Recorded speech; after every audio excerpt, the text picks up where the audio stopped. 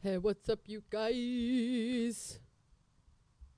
Welcome into the pre-show for the free show. My name's Vinay, and that over there is Greg Tepper.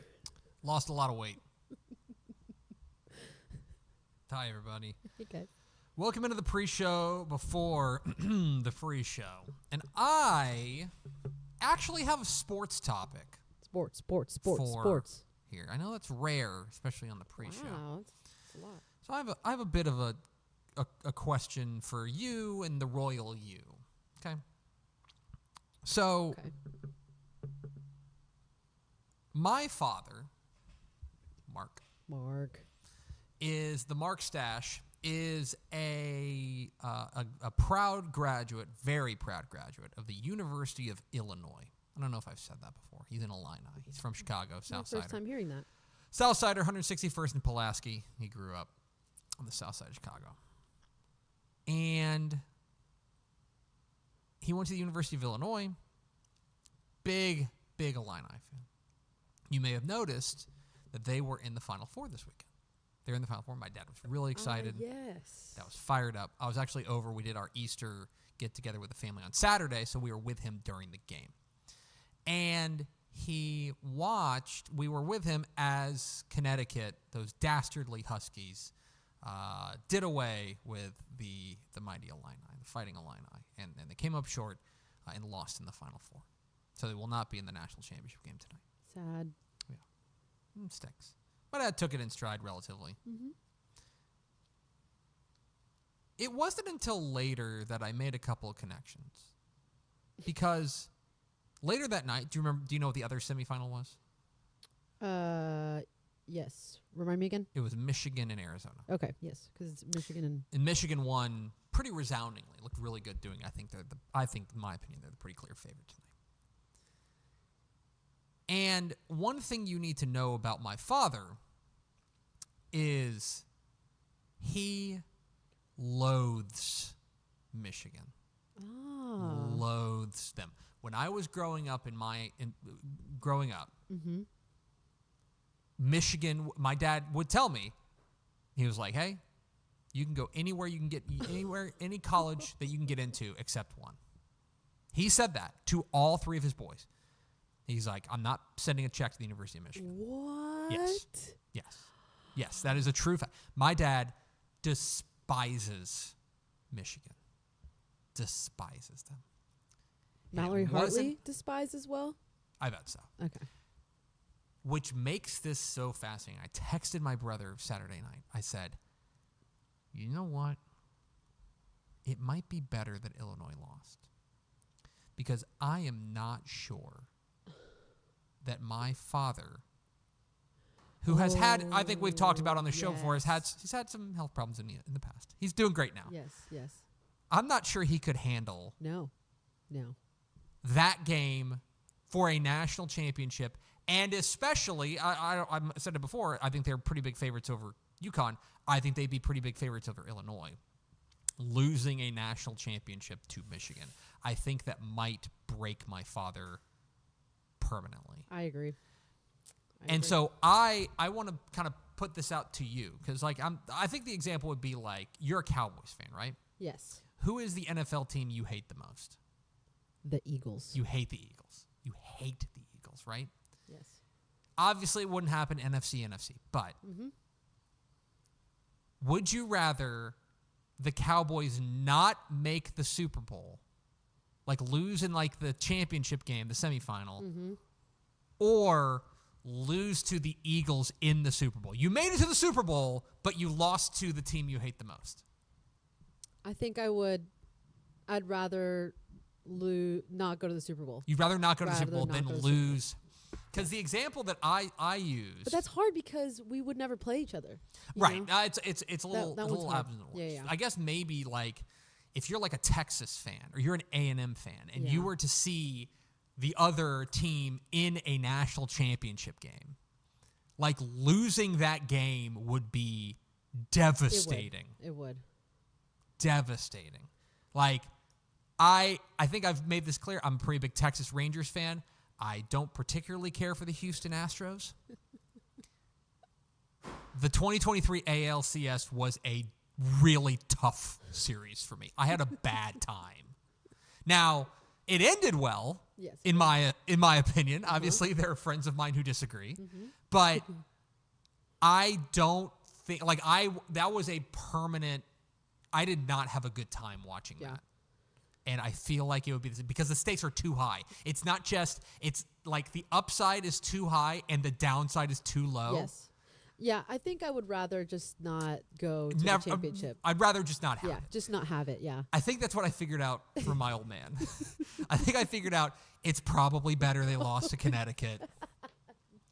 It's probably better because otherwise I think tonight might be too much for my father. Oh, yeah, it's tonight, right? It's tonight. Wow, on a Monday. On a Monday. Is it usually on a Monday? Mm-hmm. Wow. Yeah. Anyway. Happy Easter. Hit the theme expo.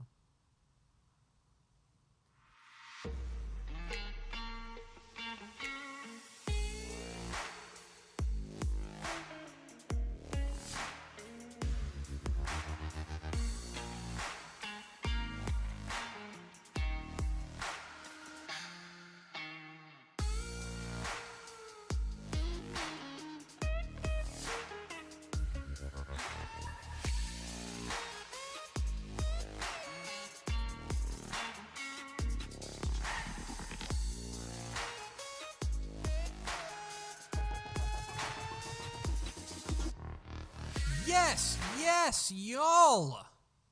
From the new Dave Campbell's Texas Football Mothership here in beautiful Lewisville, Texas, it is Texas Football Today, a show where words just kind of mean what we want them to mean, like new. My name's Greg Tepper.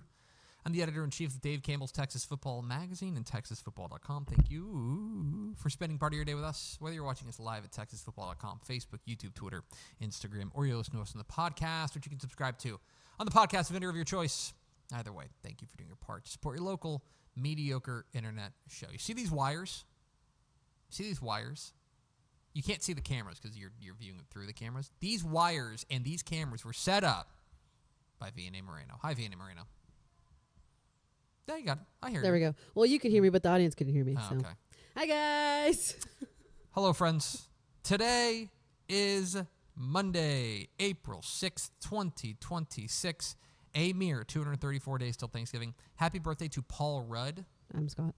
No, Paul Rudd. Paul Rudd, who is, believe it or not, 57.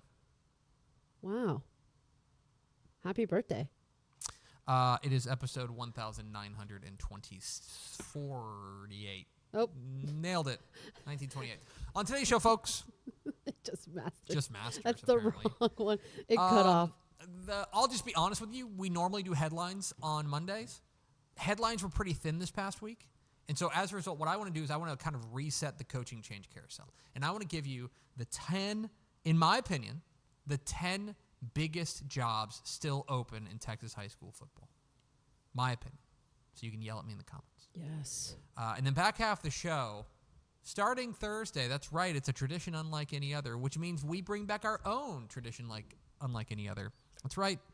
It's our Masters preview with me, Mr. Masters. We're back, baby. Oh, gosh. We will also be joined by Ashley Pickle for that as well. So a lot going on. Do we first four through the door? We do. That's your other camera. We have a lot of people popping off in the comments, but we have Tony Blaylock, Red Eyes, the one from New York who watches us from New York. Hey, guys. Hell yeah. And Ryan Smiga. Hello. Welcome in, friends. We do appreciate you spending, and Joey Hill. Welcome in, friends. We do appreciate you spending a little bit of your day with us. All right. So I mentioned this 15 seconds ago, but it was not a crazy week of coaching changes. That you may remember about 2 weeks ago, we had a ton. And that is because school districts were back from spring break and getting back to business, doing school board meetings, making hires, etc. Now we're kind of in a little bit of a gully here as far as coaching changes are concerned. But I think that also gives us an opportunity to kind of reset the coaching market. Because right now, on TexasFootball.com, you can find all the coaching changes. We're up to 152 UIL Texas high school football coaching changes. That's UIL 11-man, I should say. That is 152 UIL 11-man football programs will have a different coach next year than they had last year. Got all of them on TexasFootball.com. And of those 152, there are still 44 coaching vacancies right now. And some of the big ones have already come and gone, right? We talked about South Lake Carroll. We talked about North Crowley. We talked about Salina. We talked about Converse Judson. There have been some really big kind of coaching changes across the state of Texas. But there are still, in my opinion, a bunch of pretty darn good jobs open. And so here's what I want to do. To kind of reset right now here on April 6th, I want to run through my picks for the 10 best open jobs. Okay? Now, your mileage may vary. And if you are a big fan of Del Rio, then you think that the Del Rio opening is the biggest opening in the state. And I am not here to argue with you. This is from my perspective where I set the 10 jobs that I've got my eye on because I think that there is going to be a big flood of applicants. And I think that this is going to be a really interesting coaching search to watch. So I've got 10 of them that I want to run through. We'll start with number 10, Killian Shoemaker. Okay? Killian Shoemaker is open after Toby Foreman stepped down to go take over at Jasper. And we talked about this last week when Toby Foreman took that job at Jasper.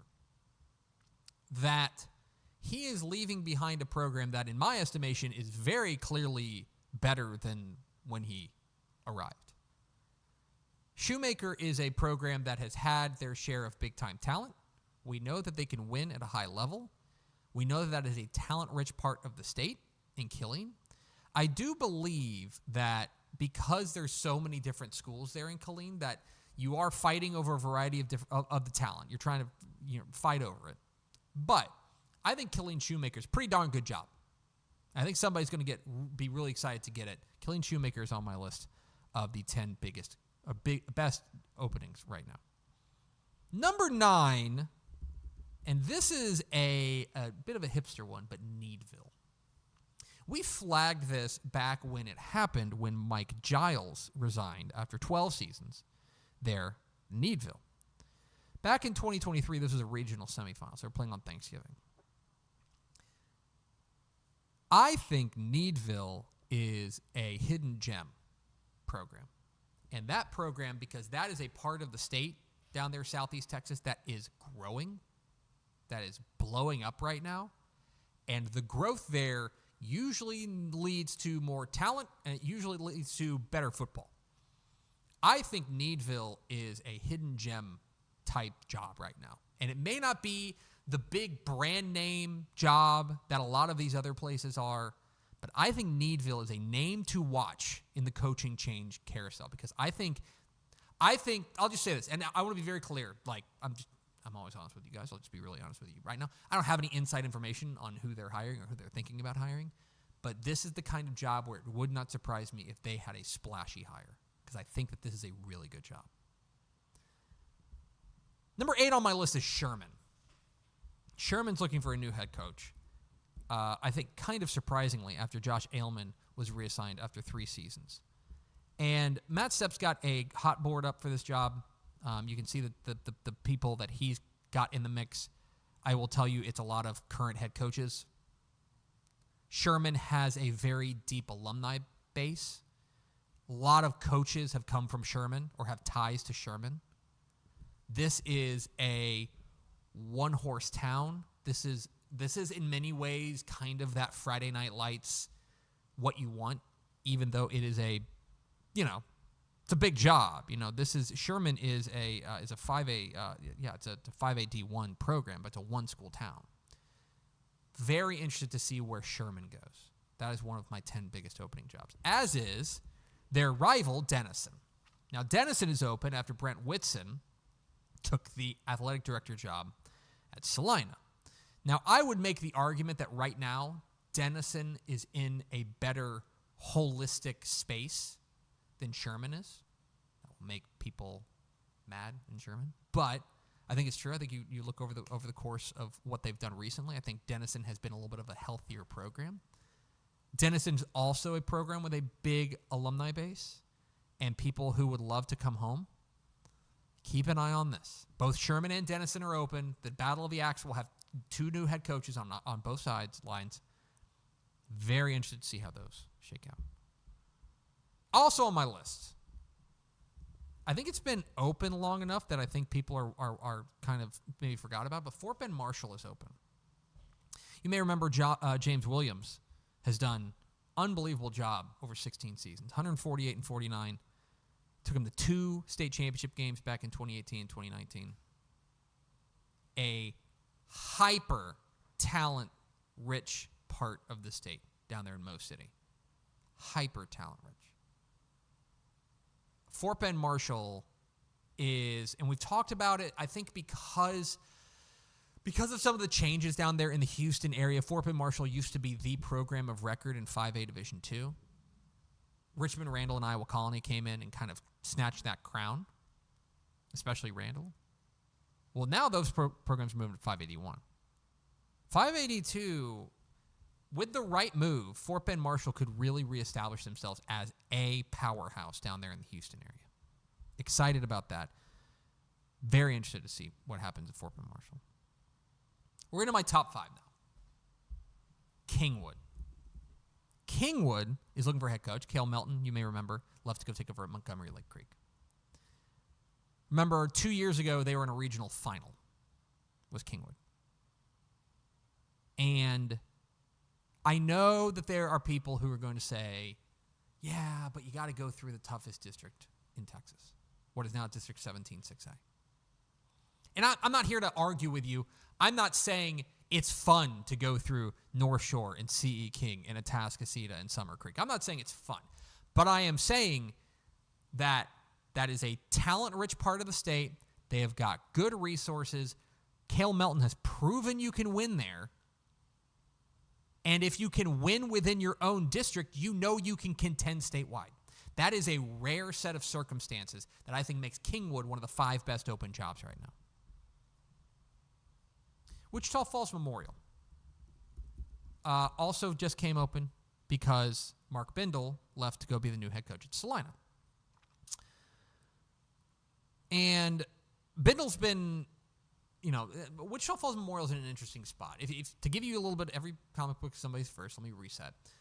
There used to be 3 high schools in Wichita Falls, and Mark Bindle was the head coach at, in my estimation, the most consistently excellent one, which was Wichita Falls Ryder.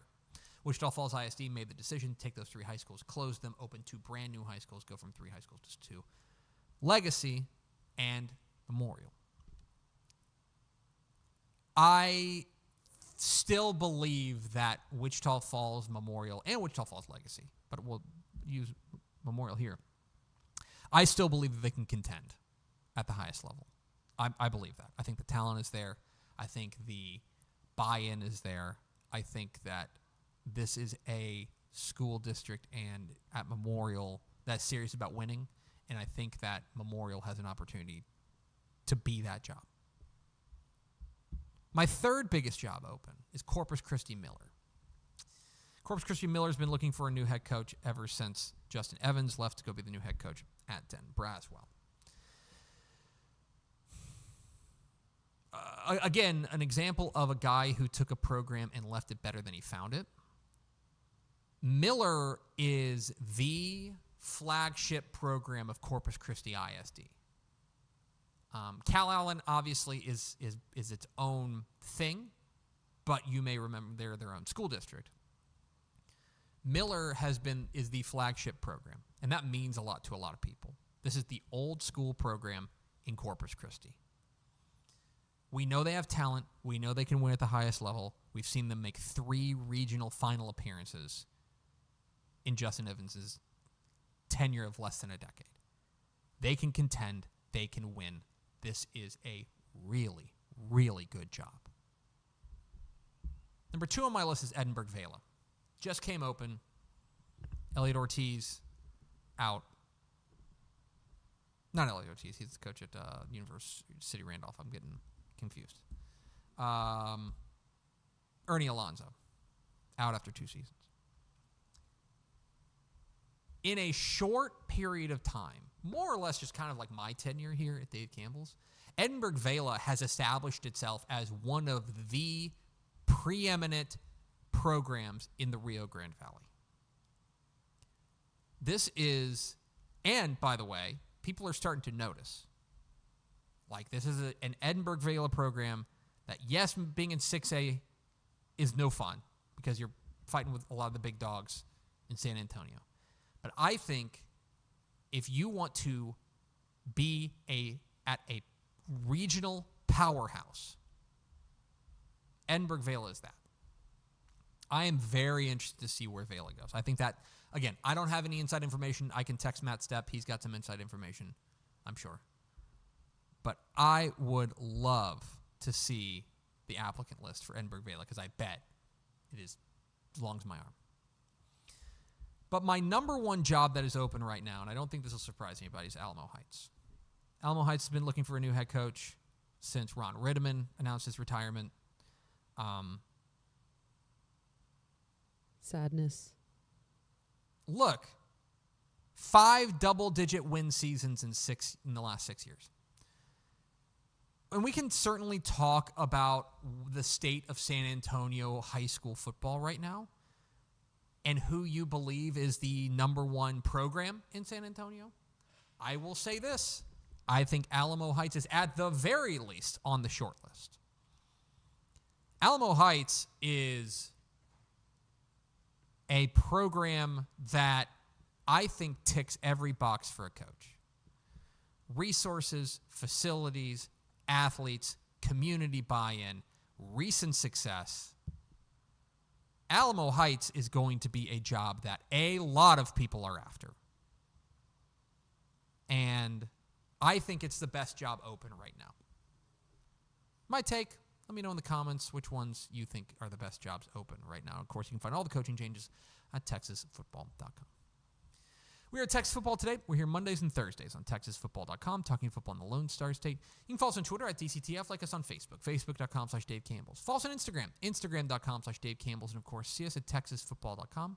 Hope you'll consider going to TexasFootball.com/subscribe to become a Dave Campbell's Texas Football subscriber. If you see the bags under my eyes, it is because we're working on the 2026 summer edition of Dave Campbell's Texas Football, and I'm trying to hound these final 200 coaches who haven't turned in their questionnaire. I ain't giving up, Coach. I need your information. He's looking at you. You can get your copy of the 2026 summer edition of Dave Campbell's Texas Football mailed to you before it hits newsstands if you go to TexasFootball.com/subscribe. Makes a great gift as well. TexasFootball.com/subscribe. Coming up here after the break, the return of America's favorite segment. Also, Ashley Pickle will be here. Mr. Masters makes his return for the Masters preview. But first, a word from these valued partners. Pour some sunshine with new First Light Community Coffee's first ever light roast. This blend has notes of honey and brown sugar that will brighten any part of your day. Try First Light now at communitycoffee.com. Hello, Candace. Not you again. Me again. Remember our last oil change? Your boyfriend said he knew a guy who knew a guy. None of those guys knew what they were doing, including you, Todd. Silence your oil change anxiety at Valvoline Instant Oil Change, where you can watch our experts change your oil right from your car. Thanks for coming in. And finish in about 15 minutes. Valvoline.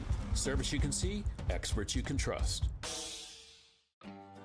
Friday night football is here, and Hometown is trusted by thousands of schools across the nation to make game days effortless.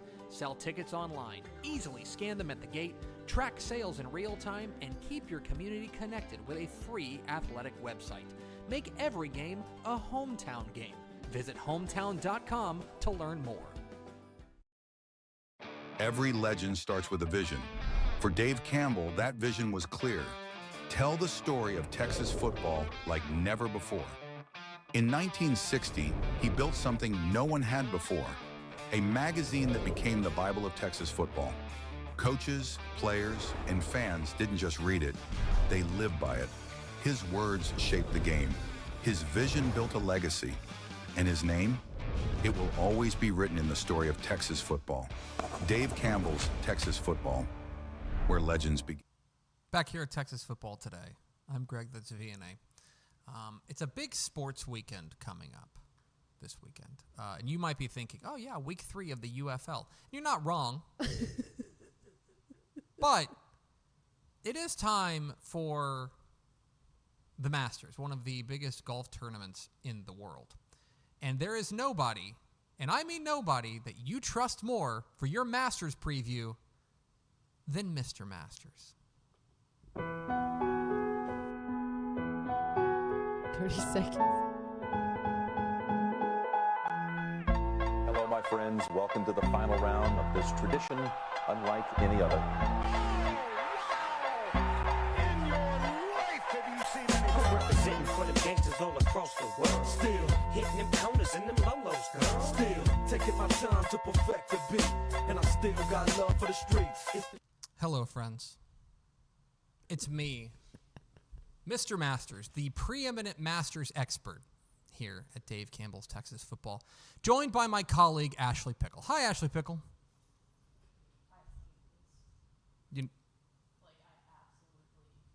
I hate this.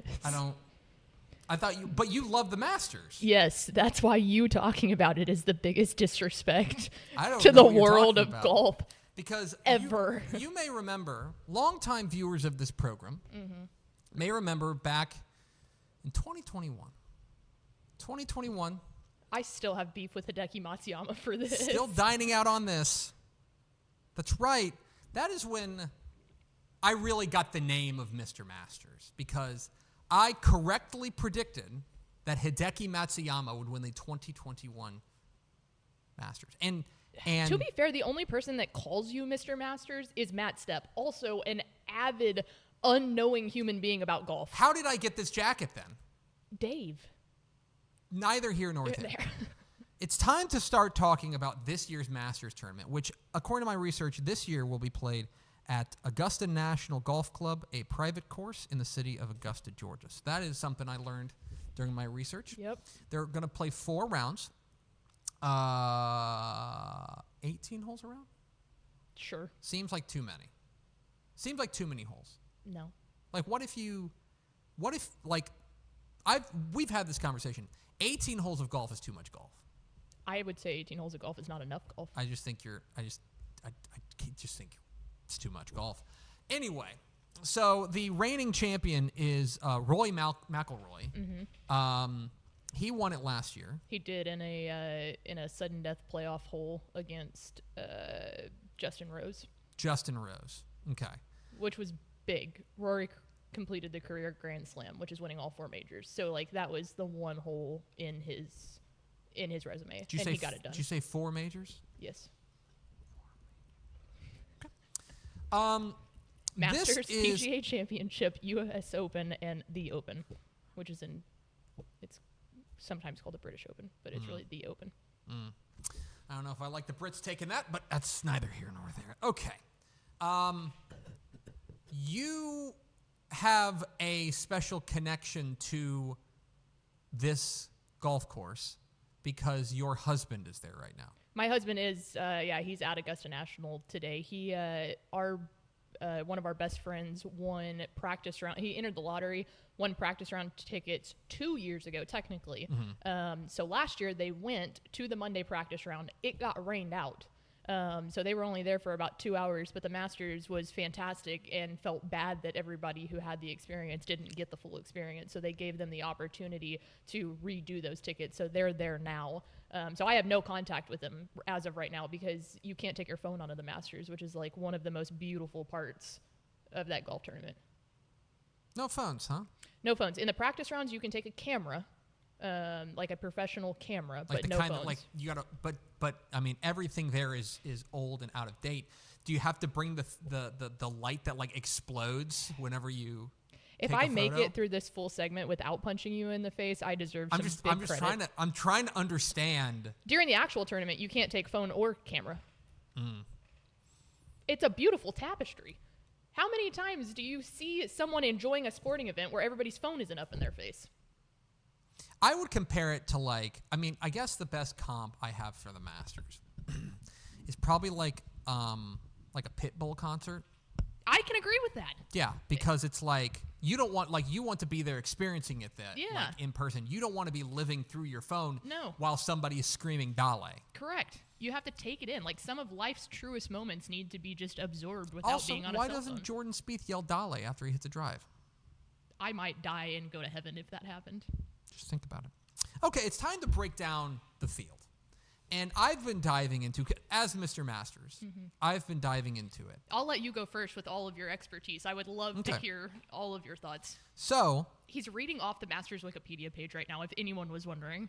So I learned this. He has one page open, and it's the Masters Wikipedia page. Can we get a lot of good info on there? We should get a screen. A lot of good info on there. On the computer. So one thing I learned, and this is interesting because I was worried about this. No golf carts. No PGA tournament has golf carts. They walk. That's it. Well, I was just going to say, that was probably an advantage for Tiger Woods. There's no golf cart. I will just say this. The tournament record is Dustin Johnson. Shot 20 under par in 2020. I don't think that's getting... No. Because I think that Augusta took it personally. Yeah, I think they said absolutely not. Yes. And because, correct me if I'm wrong, which I never am, about the Masters. But the ideal, if the Masters had their way, the winner would shoot 4 under par, right? Oh, yeah, absolutely. They would be It's the premier golf tournament for a reason. That course is just insane. Okay. Now, I will say that I think there are multiple favorites. That is true. I can confirm that. You can probably now rule he's out on ESPN for different reasons. Okay? So, for example, you're just cribbing Scotty other Scheffler. people's work. Well, yeah, he's the world number one. That's really going out on a limb. Okay. He would be going for three in the last 5 years. Can is what I he's finish? Going for. No. Here's a reason Scotty Scheffler's not going to win. His wife had a baby 9 days ago.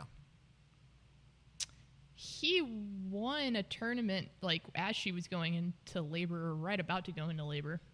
But on Bennett, the first baby. He's probably not getting a lot of sleep right now.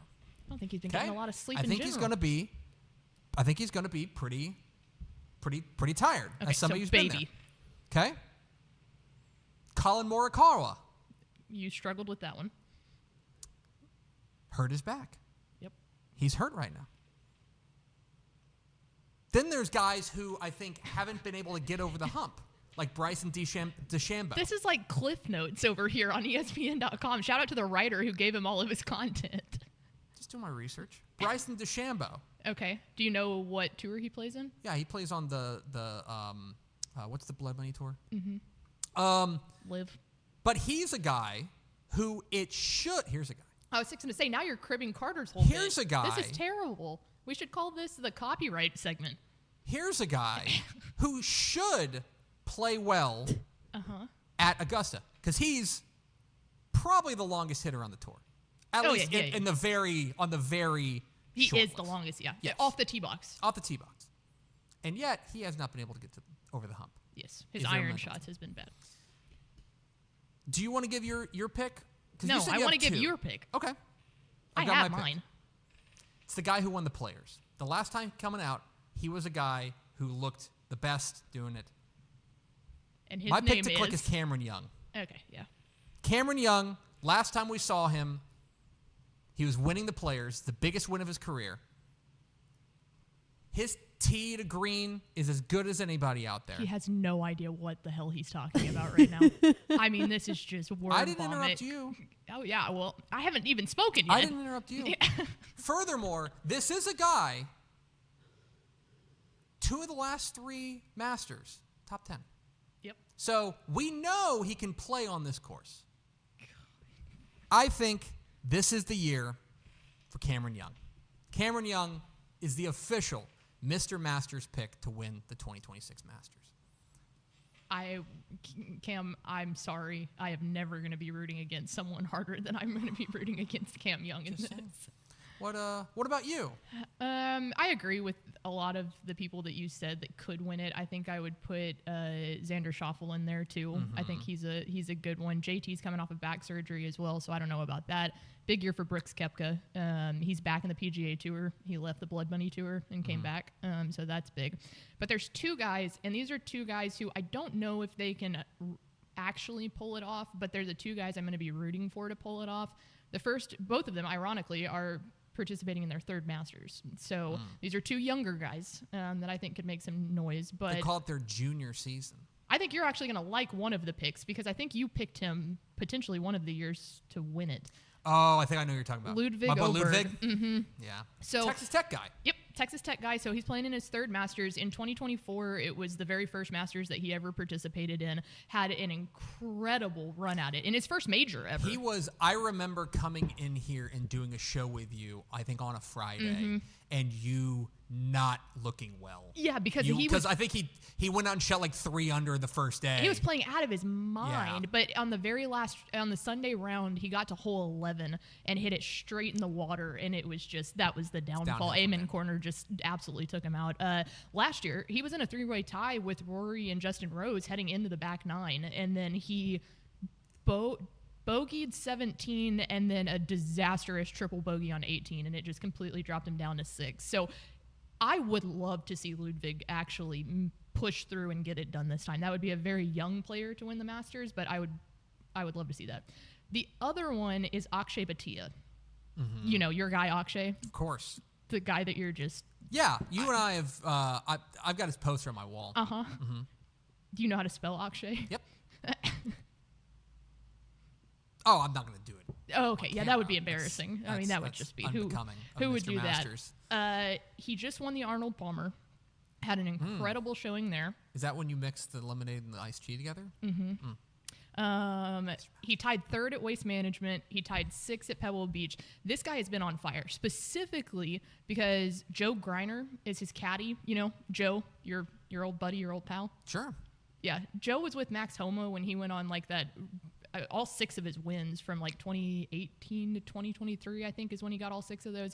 Joe Greiner has completely changed Akshay's performance. He's changed him to like the massive putter, the one that like lays up against a broomstick putter. Yeah. I don't know if I like that. When those first came out, there were a lot of speculation on whether or not that should be called cheating because it stabilizes your shot so much. It seems. I know it was contentious for a little bit, but I think everyone's just kind of settled down on it. Yeah. So he's got one of those. It's working for him. It was working for him in the Arnold Palmer. And then also he's just playing a lot more aggressive, which is kind of what Joe Greiner's known for. That's when Max was winning a lot. So I would love to see Akshay make some noise. I really, really enjoy him. Okay. All right. And Tommy Fleetwood. I would love to see Tommy Fleetwood. Tommy Fleetwood is the one. I don't know if you've seen it. I know you haven't. That was a dumb statement. His little boy, I can't remember what his name is, but every single year they do where the family gets to go out there and play. And his son has like one of the most iconic thing. He was like, I was trying. Like he hit it in the water. He was like, I'm trying. I'm working on it. I'm getting better. So Wednesday will be the big thing for the Fleetwood family. He was hitting in the water though? You have to hit it over. It's one of the par 3s. Oh. It's embarrassing. He's like 5. Oh, well. Okay. And he could absolutely hit a golf ball better than you. Ooh. That's a great... You know what we should do at some point? That's a great question. Could Tommy Fleetwood's probably 6 now, 6-year-old son outdrive Mr. Masters? I hate that you call yourself that. I will say, you know what we should do at some point? I can't do it this year because I'm not allowed to play golf for a year, which is killing me right now.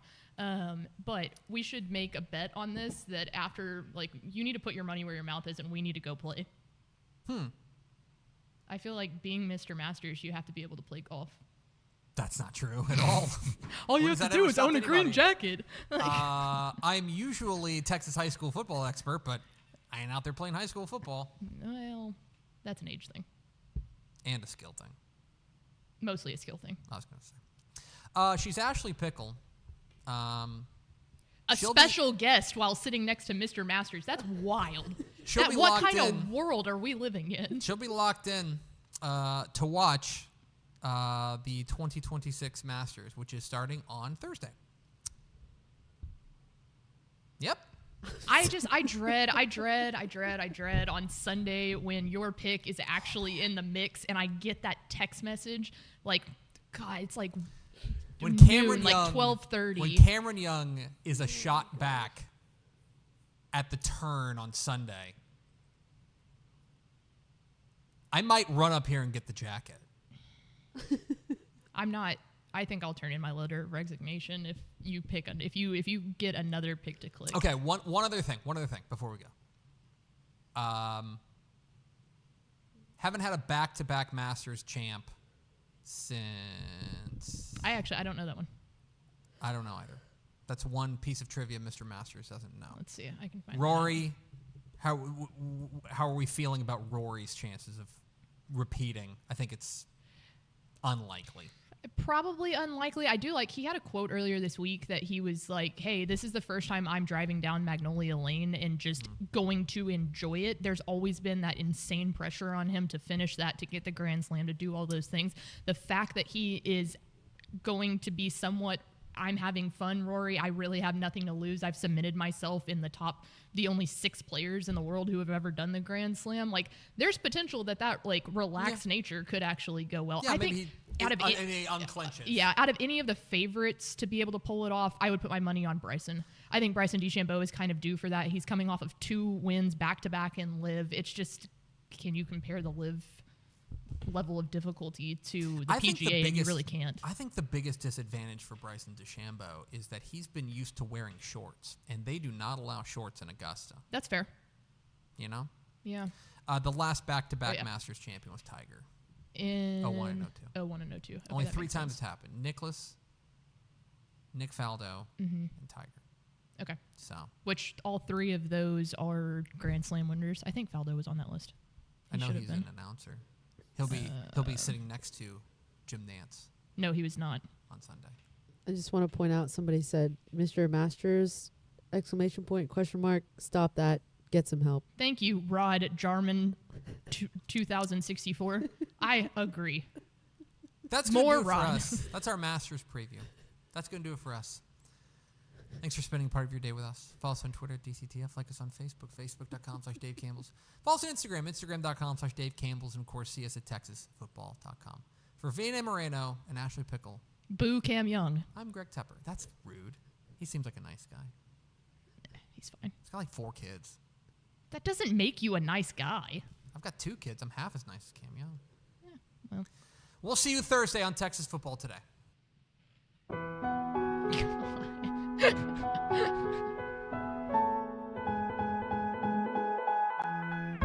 Hello, my friends. Welcome to the final round of this tradition unlike any other. In your life, have you seen anything? Representing for the gangsters all across the world. Still hitting them corners and them lolos, girl. Still taking my time to perfect the beat, and I still got love for the streets. It's the DR.